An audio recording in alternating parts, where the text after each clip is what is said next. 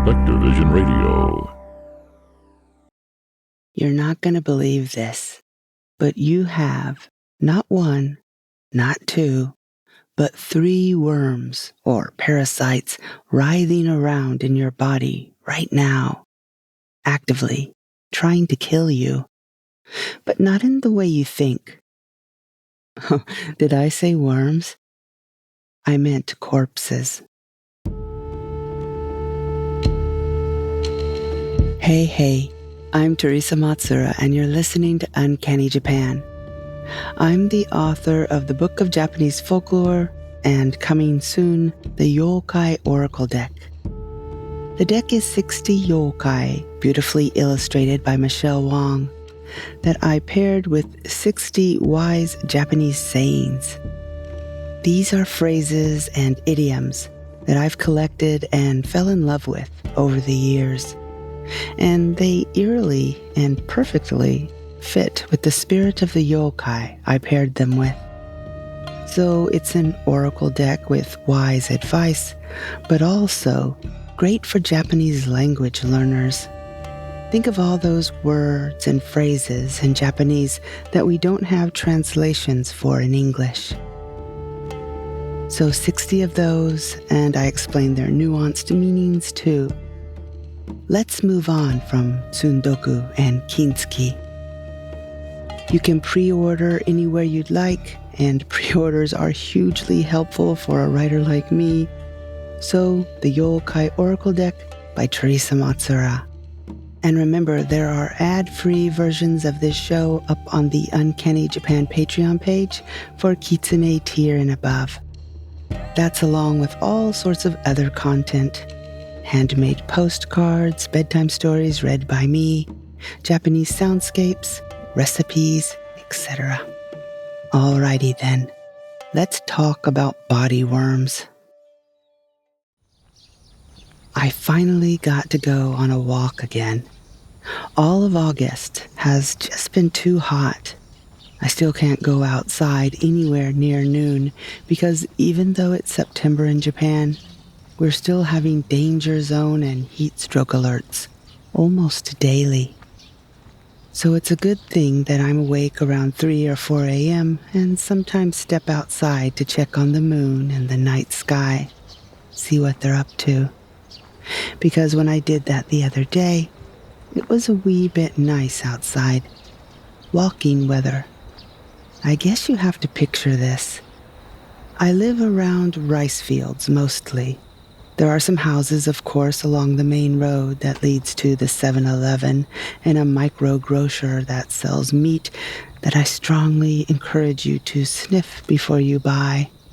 And they don't sell cumin or cream cheese because they're too exotic. So rice fields alongside a modest river, a handful of houses and greenhouses here and there, and then every so often, a knee-high stone tower or stele. These are called kōshintō. Some of them look like gravestones, all roughly hewn, cracked and moss-covered. Others look like a slice of rock sunk into the earth. The ones around here are all well taken care of. There's a vase or two with flowers, fresh or plastic. Occasionally, other offerings.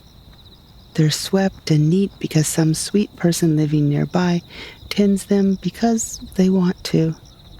Or the local neighborhood group makes sure that they're tidy. They kind of look like they just popped up at these random locations, but that's not the case. The house, the road, the small mom and pop shop were all built around these small monuments. Those kōshintō have been there for centuries. And they're not graves either. They're small monuments called zuka. Some have faint engravings saying kōshin, kōshintō, or kōshin-zuka. Some have beastly-looking many-armed figures carved on them, and maybe a monkey or 3, or a rooster. I'll get to what those are about in a minute. But let's talk about the 3-body parasite problem. I briefly talked about this topic 8 years ago on one of the first shows, but I've always wanted to revisit it. So here we are. Kōshin or kōshin-shinko, the Kōshin faith, and more specifically, Sanshi. Those are the bad guys.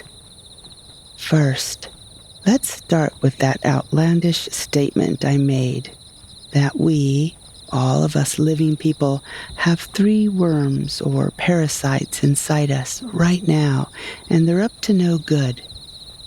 We do, and we didn't even have to eat roadkill to get them. That's because these are more spiritual worms, not literal ones. But they're just as dangerous, if not more. The idea comes from an old Taoist folk belief called kōshin in Japanese, or kōshin-shinko. While it originated in China, it found its way to Japan, and after arriving here was influenced by Japanese Buddhism and Shinto, and then kind of became its own thing. The basic belief is that there is something called Sanshi that reside in all humans. San meaning 3, and Shi is the character for corpse or dead body. But actually, in this case, it's better to think of it as meaning a spiritual parasite. Real quick, other words for these 3 pests are sanchu, literally 3 bugs, but also sanho or shiho. So these sanshi are with you from the moment you're born until the day you die, and their sole purpose is to make you sick, shorten your life, and eventually kill you. In the 4th century, there was a Taoist monk named Ge Hong who wrote a text called The Master Who Embraces Simplicity. In it, he said that these sanshi are in fact kishin, or demon gods. He wrote that they have no physical form, so they just roam around inside your entire body your whole life. Eventually, they were more creatively imagined and named. So there are 3 types of sanshi: the joshi, upper corpse worm, the chushi, middle corpse worm, and the geshi, lower corpse worm. They're said to be 2 sun, or 6 centimeters or 2.4 inches long or tall. And while some texts say that they look like a small child or a horse, there's a famous depiction that you'll almost always see when researching the sanshi. I love it so much, I'm going to describe it. The joshi, upper one, looks just like an old Taoist sage. Robes, nice mustache, holding a scroll in his hands. He resides in your brain and does things like instigate gluttony. Any kind of trouble you have above the neck, headaches, eye strain, madness, that's the doing of the joshi. Its color is blue or black. The chushi, middle worm, looks like a shishi dog or shisa in Okinawa, but when written it just says that it looks like a beast. Its color is white, blue, or yellow. It's got its scroll gripped firmly in its mouth. This one hangs out in your belly and likes to make you desire money and material things. If you have any middle body problems, stomach ailments, or even organ failure, that's the chushi's doing. The geshi, or bottom worm, is the adorable one. It looks like a single leg with an ox's head on top. It too has a rolled-up scroll in its maw, and it can be found in one or the other of your legs or feet. All diseases from the waist down are because of its shenanigans. Illnesses it causes are aches and pains of the legs, paralysis, and it also makes you lust. So why do they want to see us deceased? Because while we're alive, they are mostly trapped inside us. Once we die, they are freed, and once free, they can go anywhere they want, and if they're lucky, can find someone to worship them. I read too that their motivation isn't so much freedom, but a kind of evolution. They level up once outside the human body. The kōshin belief entered Japan in the Heian era and was adopted by the aristocracy, and it became a bit of a big deal. From there, during the Muromachi era, the samurai started getting on board, until the Edo era, when it spread down to the common folk, and it really took off. Okay, other than making you ill, how else do these 3 spiritual worms try to actively cause your demise? Well, the story goes that every 60 days, on the day of the monkey, they wait until you fall asleep. That's when they're allowed to escape your body. Yes, they can, but only for one night. Each one grabs its scroll in its hands or mouths and zooms on up to heaven, where the heavenly emperor or director of deeds, Tente, is waiting. There, the Sanshi take turns reading off everything you have done wrong in the past 60 days, every misstep, misdeed, and sin. Then they argue that you should be punished. For a small infraction, your life is shortened by 3 days. Something bigger, 300 days. So what can you do about this 3-body parasite problem? Well, for one, you can be a really good person. That's not always possible. I mean, we are just human, and we sometimes lose our temper or eat too much ice cream. People back in the day came up with another simple and clever solution to this predicament. If the Sanshi can only leave your body when you sleep, then don't sleep. Stay awake all night long and trap those buggers inside you. This practice is called kōshin-machi, or kōshin waiting. Since doing this alone isn't very fun, and seriously, just staying awake all night can be difficult if you're a regular person who has been out plowing fields all day long, people reached out to their neighbors and made a little event of it, like a get-together or a party. This is called kōshintō, and when I say party, yeah, kind of a party. When you're spending all night long hanging out with your friends, and of course there's going to be food and drink, which is ironic because the Sanshi, also called the 3 death bringers, are locked inside you and witnessing all this, furiously scribbling all your antics down, but they can't break free to go and tattle on you because you won't sleep. Remember those little monuments I mentioned?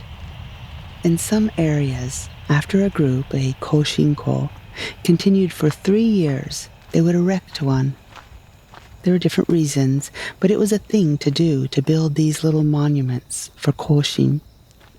So one way to prevent your life being shortened by the Sanshi is just to be a very good, sinless person. A second and more fun way is to hang out with your friends every 60 days, eating and drinking, and definitely not sleeping. Most people stopped there, but the Taoist sages back in China, who were on a quest to attain immortality a lot of the time, were a little more hardcore and didn't do things the easy way. By fasting, they would starve the upper worm. Remember the one in your brain that caused gluttony. Meditation and practicing detachment would starve the middle buddy, as he loves greed and materialism. Finally, celibacy would starve the lower leg-shaped parasite, who's all about lust. This didn't happen once in a 60-day cycle, though. It took many, many years. You're making yourself a pure human being, your body a sacred place, and you weaken the Sanshi in the process. Then they believed once weakened, they could be quashed by taking a special potion that contained cinnabar, mercury sulfide, which actually causes a long and painful death. so don't do that. I'm a little excited that I think I found the answer I've been looking for since I was in high school. Why did the Taoist sages have such an obsession with cinnabar? Why ingest this obvious poison? Here's what I found. Cinnabar is a heavy reddish-colored rock that when heated under the right conditions performs a miracle. It produces quicksilver or liquid mercury. To these ancients, this would look like a dead rock turning into a living, flowing, beautiful, silvery metal. This could then be combined with sulfur and it would transform back into red cinnabar. The whole process must have looked like true magic. A rock to a liquid and back again, a dead thing into a living thing and back again. And so perhaps it was thought to hold the secret to overcoming death. Anyway, a lot of people, sages and Chinese emperors alike, historically died horrific deaths by consuming this elixir. So they started out with the right idea, fasting, meditating, working to make their bodies and minds more holy. They should have stopped there. Heck, just by doing that, they were probably starving the Sanshi of sins to report to heaven anyway, which would in effect lengthen their lives. Now, we know there are 3 worms that are dead set on causing us harm, but there are also 3 deities who are here to protect us. You can sometimes see their images depicted in kōshin art and on stone monuments. The first and most prominent would be a fierce deity named Shomen-Kongo, blue-faced Vajrapani. His powers are healing against various diseases and protecting you from demons. Basically, any ailment that you might get because of some demon or oni, he's there to help. He's angry, he's blue, and he has anywhere from 4 to 8 arms. You'll also find him standing on top of a couple pathetic-looking creatures. Those are jaki. Jaki are small evil dudes who you'll often find being stepped on in Buddhist artwork. The second guardian is Sarutahiko. He was introduced from the Shinto tradition. Sarutahiko looks quite like a tengu with its red face and long nose. It's the Shinto deity of crossroads. And then there's Taishakuten, originally the Hindu god Indra. He also became a protector deity in Buddhism. So while you're having your kōshin-machi, waiting during the kōshin, it's a good idea to have a scroll or a statue of one of the above deities in the room, just for further protection. A couple things you might look for to identify whether or not the piece of art is a kōshin one or not. You might see a sun and a moon on it up top. This indicates the night and day, staying up all night until the next morning. There are sometimes chickens or a rooster. What wakes up with the sunrise besides me? Chickens and roosters do. There are often 2 to 4 grisly-looking demons or intense warriors hanging out, a couple human-looking attendants dressed nicely, and then something called a shōkera. Shōkera is shown differently, but think of it as a beastly little monster whose job it is to punish evil. Sometimes it's literally gripped in the left hand of Shomen-Kongo. It goes around, and if it finds someone asleep, it allows the Sanshi to escape and make their way to heaven. So it's probably good that Shomen-Kongo has a tight hold of it. Note, in kōshin, the shin character actually means monkey. And remember the Sanshi leave your body on the day of the monkey. So lots of monkey going around. Very interesting are the 3 wise monkeys. See no evil, speak no evil, hear no evil. Well, in Japanese, they're iwazaru, kikazaru, and mizaru. I did a whole show on them in episode 70, but a quick recap.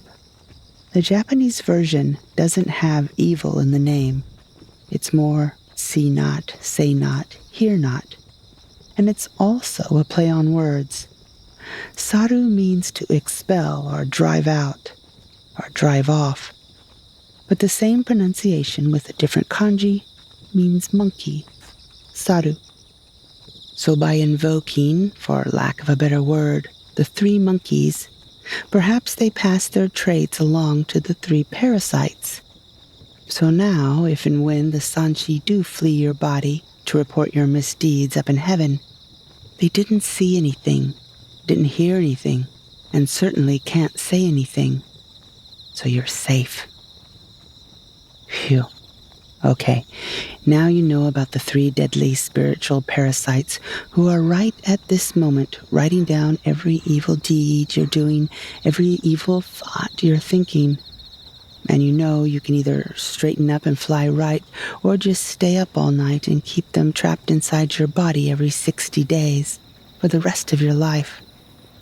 The next kōshin-machi, by the way, is October 18th, and then after that, December 17th.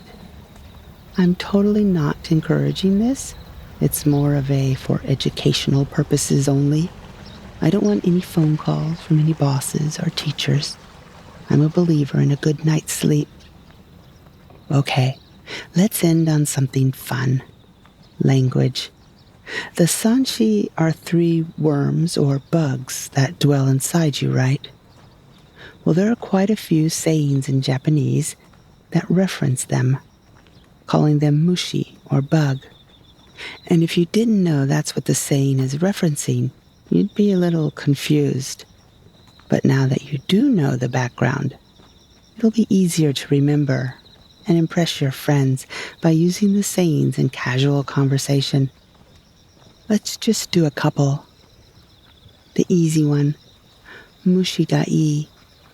Literally, the bug is good. This isn't a good meaning, though. Remember, the bugs are bad. So when those bugs or worms or parasites are in a good mood, it's actually a bad thing. In this case, it could be someone who is self-centered or selfish, or they have a lot of nerve, taking someone or something for granted, or doing something convenient only for oneself. A level up is mushi ga yosugiru. The bug is too good. Again, someone being too selfish. They're only thinking about themselves without any consideration for anyone else. Another one I feel is common and that I like is ii no mushi no idokoro ga warui. I think this one is really cute too. The literal meaning is, the location of the bug in my stomach is bad. And it means to be in a bad mood or cranky or irritable for no apparent reason. Okay, one last one. Hara no mushi ga osamaranai. The bug in my belly won't calm down. In this case, you're seething with anger. Okay, we'll end here for today. Everyone, please take care. Keep those spiritual worms in check. And I'll talk to you again in 2 weeks. Bye-bye.